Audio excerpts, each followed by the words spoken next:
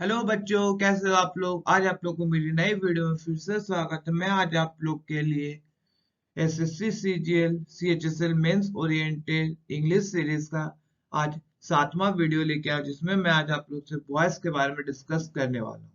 Voice होता है क्या है बेसिकली। वॉइस को हम लोग पैसिव वॉइस भी हम लोग नाम से जानते हैं, याद रखिए। चलिए इसके बारे में हम लोग डिटेल में जानते हैं। सबसे पहले डिफिनेशन देखते हैं कि वॉइस का डिफिनेशन होता क्या है। Voice is that form of verb which tells us whether the subject does something or has something। मतलब वॉइस क्या होता है, वर्ब का एक फॉर्म होता है जो कि हम लोग को बताता है कि सब्जेक्ट क्या कर रहा है। ये बताने वाले को हम लोग वॉइस कहते हैं। वॉइस होता क्या है, वर्ब ही का एक रूप होता है। याद रखिए, वर्ब का ही एक फॉर्म होता है जो कि हम लोग को बताता है कि सब्जेक्ट क्या कर रहा है।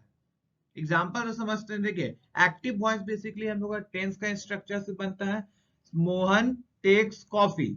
मोहन टेक्स कॉफी, तो ये मेरा कौन सा टेंस में हो गया, तो ये मेरा प्रेजेंट इंडेफिनिट टेंस का हो गया। तो मोहन टेक्स कॉफी।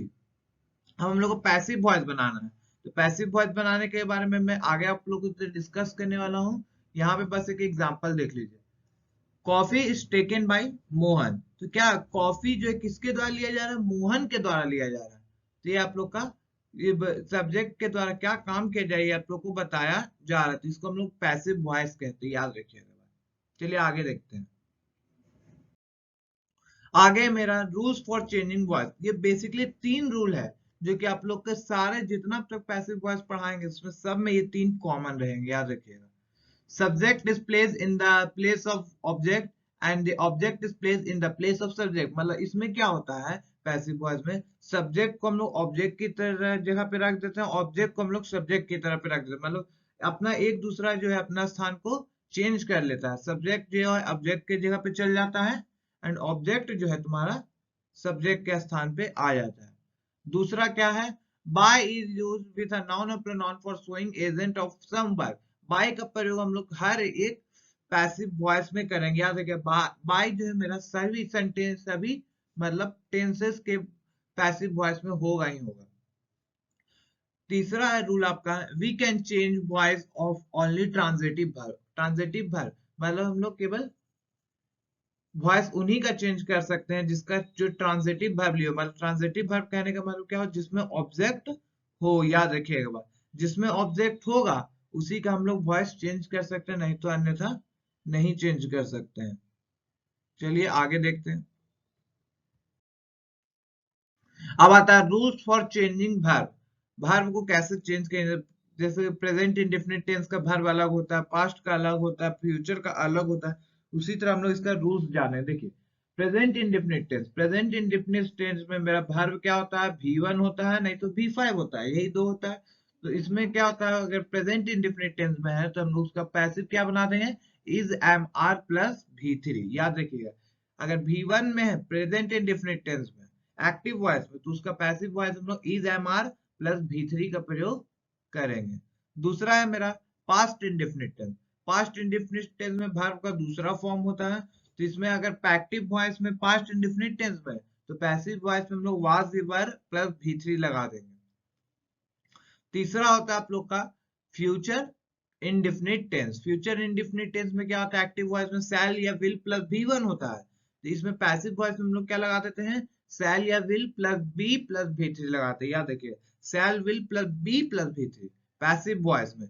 अगर आप लोग का एक्टिव वॉइस में आपको शैल या विल प्लस V1 दिया हुआ है, तो हम लोग पैसिव वॉइस में शैल या will plus be plus V3 का प्रयोग करते हैं। याद रखिएगा बात। चलिए आगे देखते हैं। आगे है आप लोग का present continuous tense. Present continuous tense में हम लोग सभी जानते हैं कि एक्टिव वॉइस में is am are plus V4 लगा रहता है। तो पास्ट पैसिव में हम लोग क्या बना देंगे, इसका is am are plus being लगाते हैं प्लस V3। याद रखिएगा, इज एम आर के साथ बीइंग का प्रयोग हो जाता है पैसिव वॉइस में, प्लस V3 का प्रयोग करते हैं। बाकी जो सब्जेक्ट ऑब्जेक्ट जो अपना चेंज करेगा ही करेगा, वो मैंने आप लोग को पहले ही बता चुका हूँ। दूसरा है आप लोग का past continuous tense. Past continuous tense होता क्या है, जिसमें एक्टिव वॉइस में मेरा क्या वाज या वर प्लस V4 लगा रहे। याद रखिए, वाज या वर प्लस V4 लगा रहे। तो हम लोग पैसिव वॉइस में क्या कर देते हैं, वाज या वर प्लस बीइंग प्लस V3 का प्रयोग कर देते हैं। याद रखिएगा। अब आता है present perfect tense. Present perfect tense में क्या होता है, हैज या हैव लगा रहता है प्लस भी3 लगा रहता है।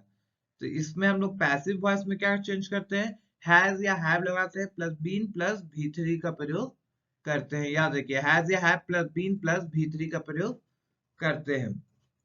याद रखिए एक बात और, आप लोग ध्यान से कॉमन देख रहे हो, जितना अब तक पैसिव वॉइस बताएं सब के अंत में मेरा क्या है, भी3 लगा हुआ। याद रखिए पैसिव वॉइस में ऑलवेज भी3 और बाई का प्रयोग किया रहता है, ये आप लोग को पॉइंट नोट कर लेना है। चलिए आगे देखते हैं। आगे अब दो ही का बचा केवल past perfect tense. Past perfect tense में क्या होता है, हैड प्लस भी3 का प्रयोग होता है एक्टिव वॉइस में। तो पैसिव वॉइस में हम लोग किस चीज का प्रयोग करेंगे, हैड प्लस बीन प्लस भी3। याद रखिए अगर आप लोग एक्टिव वॉइस में पास्ट परफेक्ट टेंस में है, मतलब हैड प्लस भी3 के फॉर्म में, तो हम लोग पैसिव वॉइस में हैड प्लस बीन प्लस भी3 के फॉर्म में कन्वर्ट कर देते हैं। अब आता है future perfect tense. Future perfect tense